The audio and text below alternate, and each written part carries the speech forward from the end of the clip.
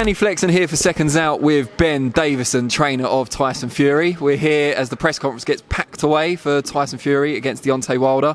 I know officially that's the wrong way round, but I'm sure Tyson would appreciate it. Lineal heavyweight champion against WBC heavyweight champion.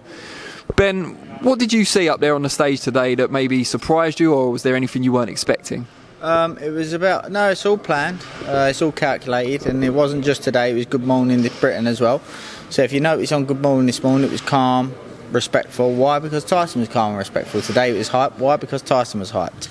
And that's similar to how the fight's going to play off. We set the tempo, we'll decide when to mix it, when not to mix it, and that's exactly how it's going to play out. If it was all planned, as you say, why did neither of you feel like throwing a dig at Piers Morgan? What do you mean a dig at Piers Morgan? Well, a right-hander in Fury's case. Well, Tyson probably wouldn't be allowed in America, would he? But I suppose I'll take that one. Would have made him a lot more popular in the UK, I imagine. Maybe. Looking at what happened up here on stage, Tyson was talking about having a body spar with Wilder before it all kicked off. Was that part of the plan, actually, offering him a body spar? He did say that, Tyson. He did want to do that. But I'll tell you what, he's got Deontay emotionally involved. All of a sudden today he's talking about my most vicious KO and highlight reel. Tyson brought up power. Now he's talking about power and and his weaknesses that he started to iron out as he's gone up the levels are the fact that he's tried to take away that recklessness and forcing things. But we've got him emotionally involved and he's playing right into our traps. Now, when do you head off tonight, obviously, for the press conferences for the next couple of days? Yeah. And then when do you start camping Big Bear? Thursday. And is it right Joyce is going to be either the chief or one of the main sparring partners? Yeah, he will be. Yeah. Did you catch his performance last night? We watched highlights of it on the way over here from just over there, so seen little bits of it. It looked like a good performance. What does Joyce offer Tyson Fury as a chief sparring partner? He's not the most kind of similar to Wilder in style, although he is similar dimensions. There's certain aspects I'm not going to go into too far. There's certain elements that Joyce will bring to the table, but like you say, there's other elements that we need bringing to the table that we do have other sparring partners to bring. How much of an incentive for going to train in Big Bear was having Joyce as a partner compared to training in the great facilities of Big Bear and the altitude? He's one of them, yeah, definitely one of them. But also, it's like you say, it's great facilities. It's away from everything else. Altitude, and just a nice, peaceful place where you can just focus on the job, no distractions, and that's what it needs to be. Yeah, we interviewed Tyson's wife earlier and she was saying it's the longest they've ever been apart, but when he's back home having his training camps he sees the kids quite a lot and it can be a little bit distracting. It can be, yeah, it does. It does play a role. It does play a role. It has to be this way at top level. There's no two ways about it because you're seeing the kids and whether there's all different elements to preparation, and if it's interfering with your rest or your diet or training, whatever it is, it's having an impact.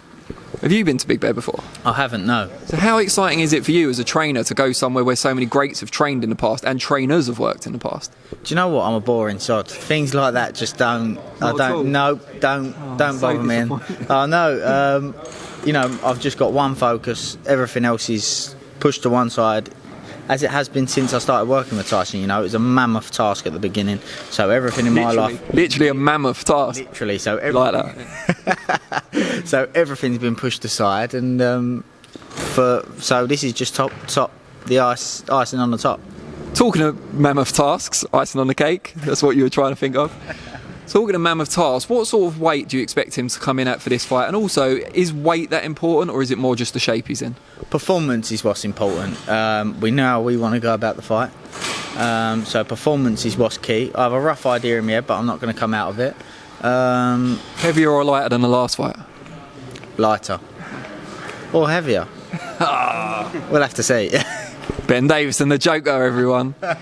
Okay, so talking about performance, without going too much into it, because I know you don't want to give too much away, what are the elements of Tyson's game that he really needs to get on point for this fight? Because it won't be everything, it changes for every fighter. What are the specific elements? Of course, well, as a boxer and as a trainer, you look to exploit your opponent's weaknesses. Like I said, as he's gone up in levels, Wilder's realised he can't be so reckless, can't force things as much and just rely on his power, because he got clipped by Molina, he got clipped by Ortiz, and if he gets clipped with shots like that off of Tyson, it will play an impact. There'll be slight adjustments, and I do believe that Tyson's power will show out in this fight. And you know, that'll be his downfall, that Deontay's emotionally involved. He'll look to force things, and there'll be mistakes there for Tyson to capitalise on. It's Tyson ringing now. You said too much. You said too much, Ben. So power's going to be important. Tyson's been on Twitter recently, obviously, again, an attempt to get Wilder emotionally involved, which has worked. Talking about how he's going to stand toe-to-toe with him in the ring. Let's just have a great four-rounder. Let's not dance around. As his trainer, although you like to see that on social media, I'm sure that's not what you want to see on the night. There's a way and means of doing things, but there will be times in that fight where Tyson will have to push Deontay back. But there's a way and means of doing it, like I say. And you're going up as a trainer, you're going up against Mark Breland, obviously Olympic boxer, one of the best amateur boxers of all time. You said you're a boring sod, He's but getting on now. fancy yourself on the chief support there. Definitely not, so I'll leave that one. But you've said you're not bothered about training where greats of the past have trained, but what about pitting your wits against someone who's respected as a great boxer or a great trainer? Does that do anything for you? Do you know what it is? It's not about me and him. The fight's about the fighters. I always say if the trainers want the publicity, they should have been the fighters, you know.